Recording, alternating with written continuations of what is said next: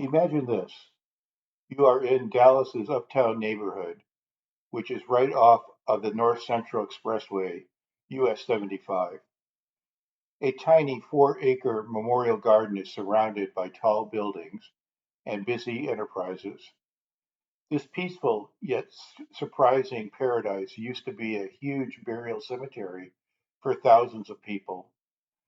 Now it has immaculate lawns, winding brick walks, explanatory sculptures, and native plants. There are stories in the air, yet the continued sound of traffic breaks the tranquility. Some of the old cemeteries buried under the expressway, which was built in the middle of the 20th century as the city grew.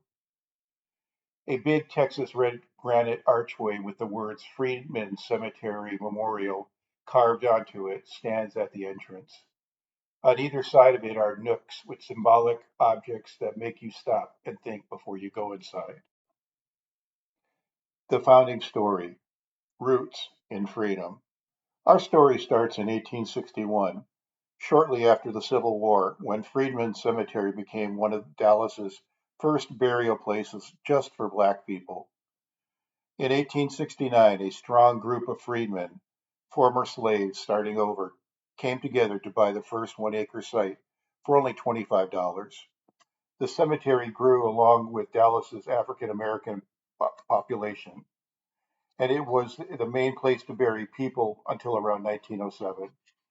It was connected to Freedman's Town, which was also known as North Dallas or State Thomas. This was a lively, self sufficient black neighborhood that sprung up during Reconstruction. Here, homes, schools, churches, and businesses thrived. It was a symbol of freedom in a time of segregation, when community ties gave people comfort and strength against laws that kept them out. Shadows of progress, erasure, and loss. But progress, as people commonly call it, cast lengthy shadows. By the middle of the 1900s, modernity had destroyed this holy place. The building of the Central Expressway in the 1940s and expansions in the 1960s cut across the cemetery, moving or disturbing thousands of graves. This wasn't just a mistake. A lot of people think it's racist infrastructure that put highways ahead of heritage. The losses were made worse by things like the terrible 1910 Trinity River flood, which destroyed black neighborhoods in low lying areas, and the Great Migration northward, which explains the large drop in burials after 1907. Jim Crow laws kept property going by making it hard for black people to get jobs other than hard labor in a cotton based economy that made white elites rich while keeping inequalities going. Rediscovery and rebirth, from digging to remembering. Hope came back in the late 1980s and early 1990s when another road was widened. Archaeologists stepped in, digging out more than 1,157 bodies and artifacts, and then burying them again in a special place.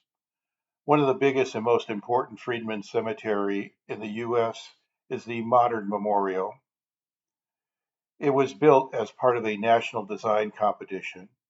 Today it adds layers of freedom, erasure, and reclamation to the landscape, reminding us that progress frequently hides tales that need to be spoken. You may feel the echoes of strength as you walk here. Wandering the Path, a personal journey. I have previously walked Freedman Cemetery for hours with a notebook in hand, taking in the site's silent strength. There aren't many original tombstones left because many have been lost or moved. The memorial makes up for this with bronze sculptures and etched granite panels that bring back memories. The headstones I saw were very simple, flat monuments or upright slabs of local sandstone, limestone, or granite. They were far simpler than the fancy ones in nearby white cemeteries like Oakland and Greenwood. The dates were mostly from the 1870s to the 1890s.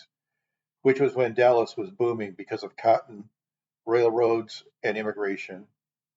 Around the turn of the century, a jump in the number of people who died from diseases, economic downturns, and the hard lifestyles of the blacks working class suggested that things were going to get worse.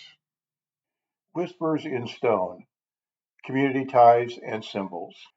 Names like Johnson, Smith, and Williams that were repeated made it seem like the town was close knit.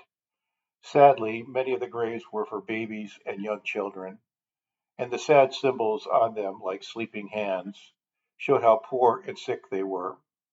Christian symbols were everywhere, such as open Bibles, doves for peace, clasped hands in farewell crosses, anchors for hope, and gates ajar to enter into heaven. These showed how Protestantism helped people in Freedmanstown churches by giving them moral advice, community support, and a way to fight back. I didn't locate many veteran or military markers, although there are plaques that memorialize Civil War troops and Buffalo soldiers.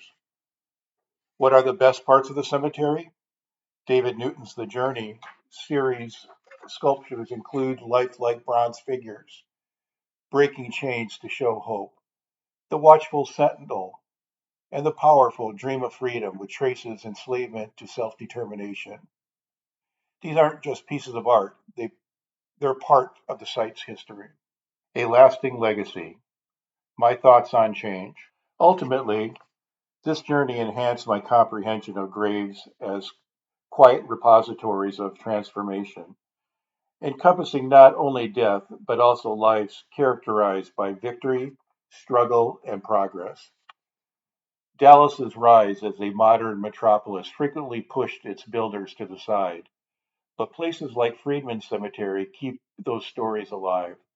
They make sure that future generations learn the stories of strength that shaped the city, converting erasure into perpetual recollection.